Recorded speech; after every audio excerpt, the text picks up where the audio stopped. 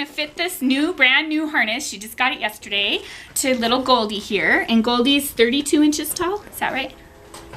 Yes. Yes, okay, so she's a little guy. Mine are bigger than Goldie, so it's always fun to come play with Goldie. So we're gonna fit the breast collar first. And I like to put the breast collar on first because of the martingale strap. Then you don't have to buckle your saddle and then unbuckle it to do the martingale strap. So I always start with the breast collar.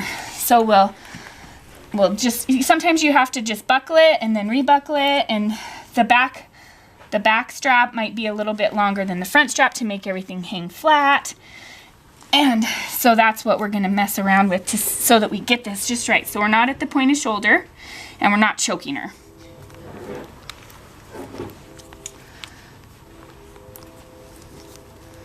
And then back up one. See, you just kind of have to, until you can kind of get it to lay flat.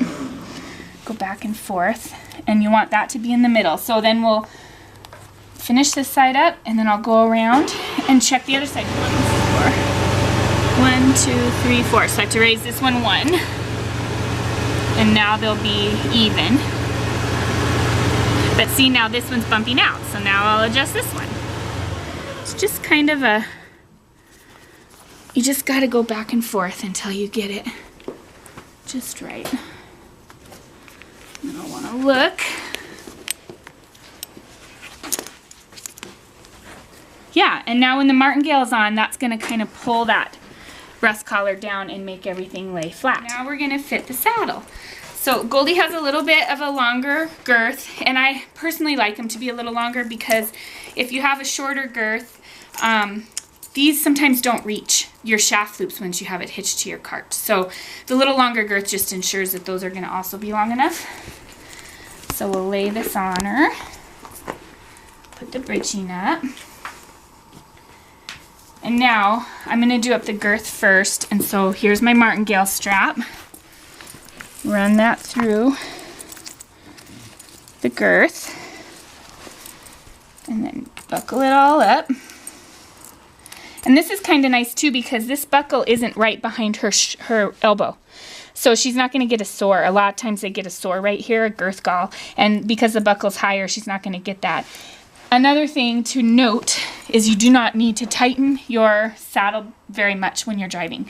You're not sitting on it. It's not going to rotate because the shafts kind of keep in place. And so it doesn't have to be tight. Keep that in mind when you're harnessing. I see people just ratcheting them up all the time. So this martingale is a good tightness. It's not too tight and not too loose. You definitely don't want it hanging down where they could get a leg in it or get their face caught in it or something. So it's about 3 fingers. That's how tight I like it. And then you're going to hook your neck strap over the water hook. I just read the other day, they call this a water hook because on draft horses, when they used to go out and work in the field, they would hang water bottles from this. So it's called a water hook. It's kind of funny.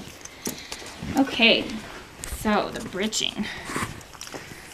So you want your back band to be snug enough that your crupper strap isn't bouncing when you drive.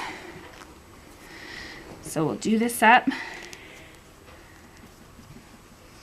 And I like to have 1 finger, so this is a little bit too loose, so we'll tighten up the back band. So 1,000 times better than the one I had. Yes.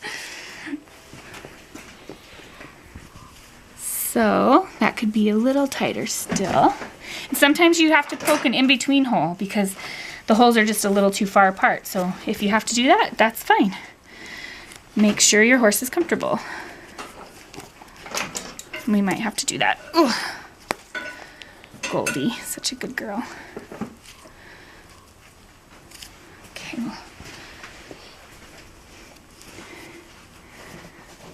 That actually feels pretty good. We'll see when we drive her.